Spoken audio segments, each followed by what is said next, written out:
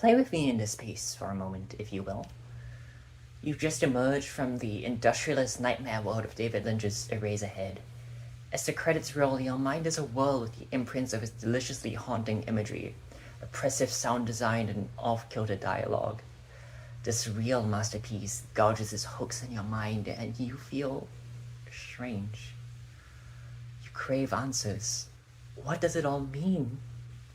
Like countless others before you, you turn to the vast library of the internet in search of clarity.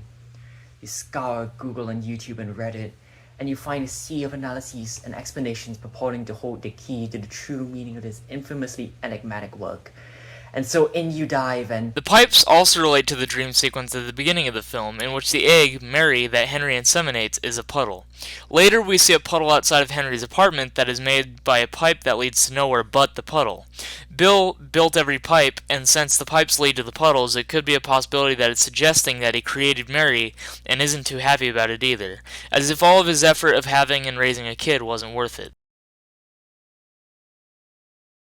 It's about electricity, and like I think when it's symbolic of like when the electricity flickers, it's like something's not connecting, obviously, or a presence, or something else is going on somewhere else. There's a connection process happening, like some transfer of energy, and I think it's speaking to the unconscious there, and then that's him just putting it in a very subtle way, just like flickering the lights. That's like a under the floorboards way of saying like something else is going on. You need to kind of pay attention now.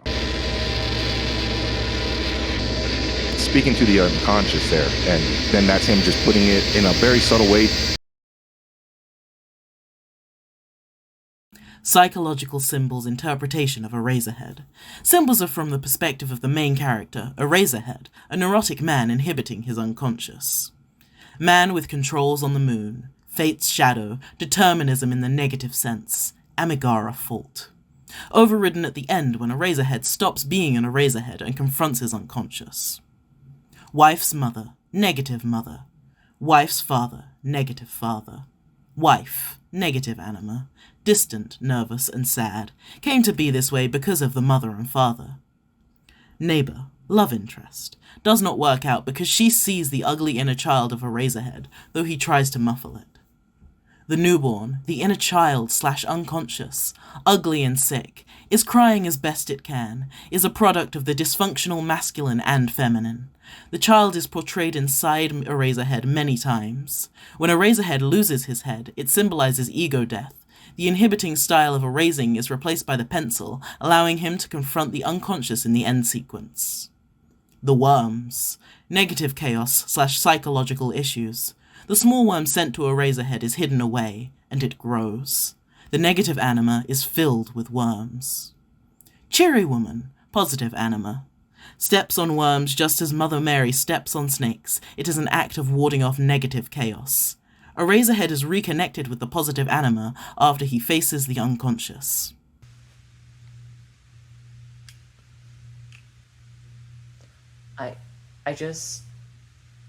My favorite part of Eraserhead was when Eraserhead, protagonist of Eraserhead, experienced ego death by ceasing to be an Eraserhead, which allowed him to reconnect to the positive anima.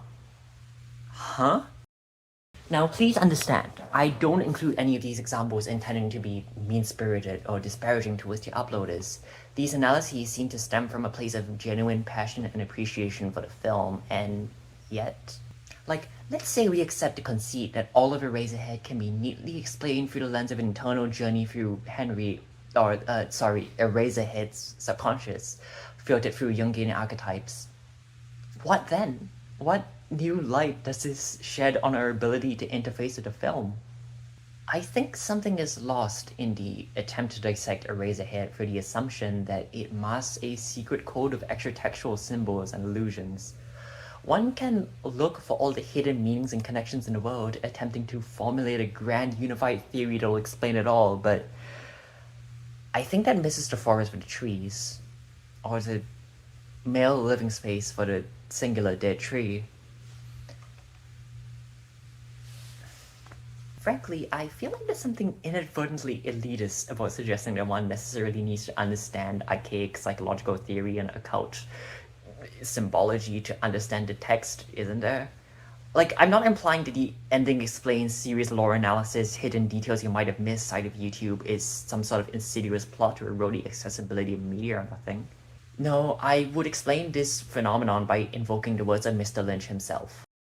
The world in the film is a created one, and people sometimes love going into that world. For them, that world is real. And if people find out certain things about how something was done, or how this means this or this means that, the next time they see the film, these things enter into the experience, and then the film becomes different.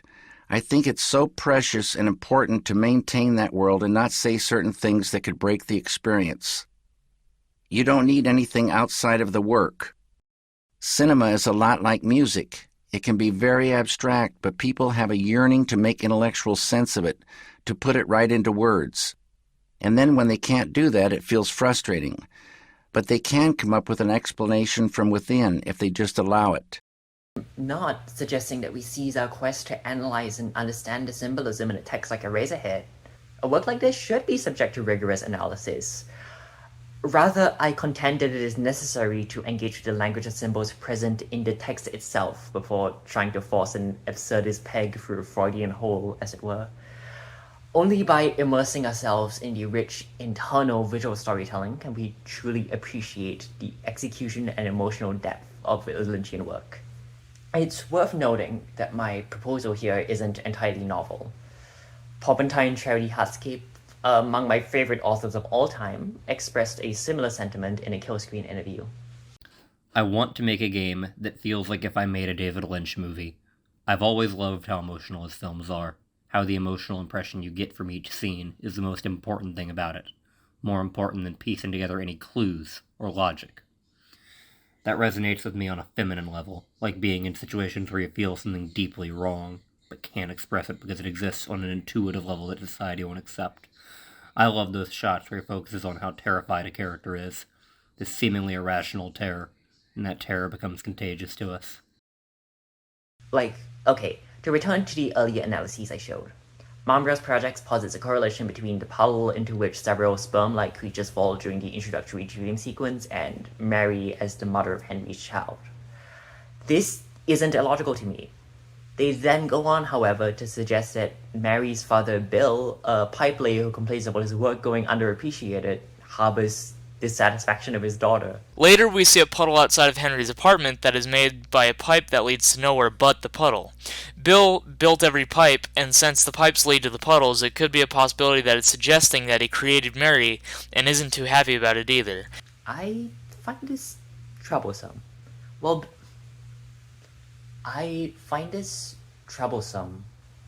Bill doesn't outwardly act very warmly or kindly towards Mary, not like I do to my baby here, I do not think there is textual support to suggest he's explicitly disappointed with the child he sired and raised either. Moreover, to suggest a disconnected pipe creating a puddle is symbolic of Bill and Mary's relationship is tenuous at best. Quick side note, please remember the video I'm challenging is a decade old and likely not reflective of Mom Rose's later work. Please don't go bothering them. I am not suggesting that the curtains were just blue. In a film so purposefully and intentionally crafted, it's almost equally absurd to suggest that any shot is devoid of symbolism. But one must consider the cadence of the visual, tonal, and thematic language the film speaks with in order to hazard translating it. ERASERHEAD presents a setting dominated by oppressive, brutally industrial backdrops, with disconcerting machinery implied to be perceived as growing of its own accord. And people think pipes grow in their home, well they sure as hell don't. Bearing this in mind, I will, in an apparently unprecedented first for film student YouTube, issue psychoanalysis in favor of a surface-level analysis of the imagery presented to us. Consider the nightmarish industrial dystopia against which the film is set. The autonomously growing pipes suggest a relentless, almost mindless expansionism to the industrialization. And I contend that the leaking pipe, seemingly leading nowhere else, is instead representative of the imperfect, even inefficient nature of the world that's presented to us. The world may be brutally industrial and utilitarian, but the presence of a leaking pipe suggests a crack in its hyper-optimized facade. If there's any secret key to understanding and appreciating Lynchian cinema, I contend that it is to immerse ourselves in its rich visual and thematic language, allowing the experience to wash over us rather than dissecting it into isolated symbols. Only then can we fully grasp the brilliance of Lynch's artistry and the profound emotional journeys he invites us to embark upon. So, the next time a surreal, absurd, or open-ended piece of art leaves you with more questions than answers, I invite you to resist, at least for a time, the urge to wrestle it into fitting a pre-existing mold of archetypes or pick it apart for extra textual symbols. Engage with the piece on its own playing field with its own visual and thematic language and context. And then, when you've let those thoughts simmer for a while, that's when we ask ourselves the most important question. How did it make me feel?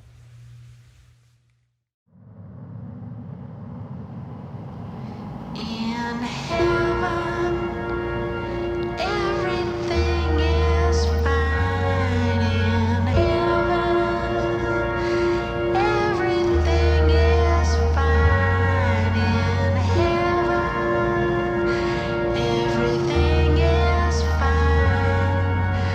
You got your good things, and I've got mine. In heaven, everything is fine. In heaven, everything is fine. In heaven, everything is fine. You got your good things, and you got mine. In heaven, everything is